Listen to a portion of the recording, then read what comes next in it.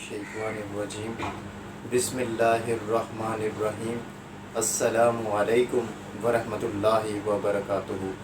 मेरे भाइयों, दोस्तों और बुज़ुर्गों, उम्मीद है आप सब बखैरियत से होंगे और अपनी खूबसूरत सी ज़िंदगी अपने खूबसूरत अंदाज से जी रहे होंगे। बंदा नचीज़ मोहम्मद कासिम बशीर आपसे मुखातिब है। अल्लामा डॉक्टर मोहम्मद इकबाल की एक बुक जावेदनामा, इस पर बात करना मेरे लिए बड़े एज़ाज़ की बात है। अल्लाह पाक का एहसान अज़ीम है जिसने इस काम के लिए मुझे चुना और हिम्मत दी और मेरी नुसरत फरमाई। अल्लामा डॉक्टर मोहम्मद इकबाल रहमतुल्लाह अलैह, जिन्हें हम बड़े फ़ख्र से अपना कौमी हीरो कहते हैं।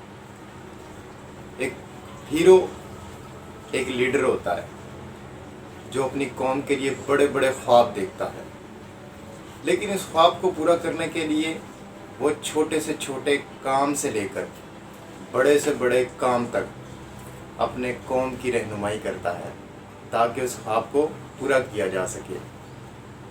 अल्लामा डॉक्टर मोहम्मद इकबाल, जिसके बारे में कायद आज़म मोहम्मद अली जिन्ना का फरमान है कि अल्लामा इकबाल मेरे बड़े अज़ीज़ दोस्त थे और उनका शुमार दुनिया के अज़ीम शौरा में से होता है।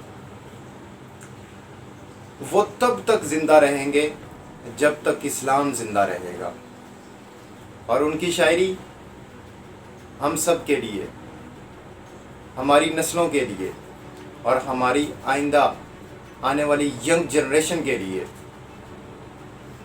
एक मशले राह का काम देगी।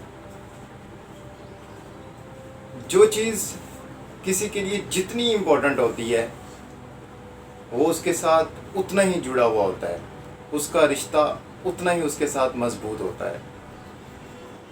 तो अल्लामा इकबाल की पोइट्री से हमें क्या चीज़ हासिल होती है?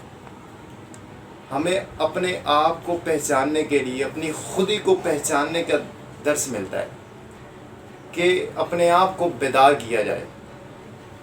क्यों? क्योंकि अल्लामा इकबाल के नज़दीक सबसे अहम चीज़ इंसान की रूह है, इंसान की बेदारी है। तो जब ये चीज़ इतनी अहमियत की हामिल है तो उनका रिश्ता उतना ही ज़्यादा उस इंसान के साथ, उस रूह के साथ वाबस्ता हो जाता है। तो इस तरह का पैगाम हमें उनकी शायरी से मिलता है। तो इंशाअल्लाह अल्लाह पाक की तौफीक से मैं आपके साथ ये जावेदनामा को पाया तकमील तक पहुंचाऊंगा। इसके लिए आप मेरे इस चैनल को सब्सक्राइब करें, अपने फ्रेंड्स के साथ शेयर करें, लाइक और कमेंट्स ज़रूर करें, जो बहुत इम्पोर्टेंट है। आपकी तवज्जो का बेहद शुक्रिया। वस्सलाम।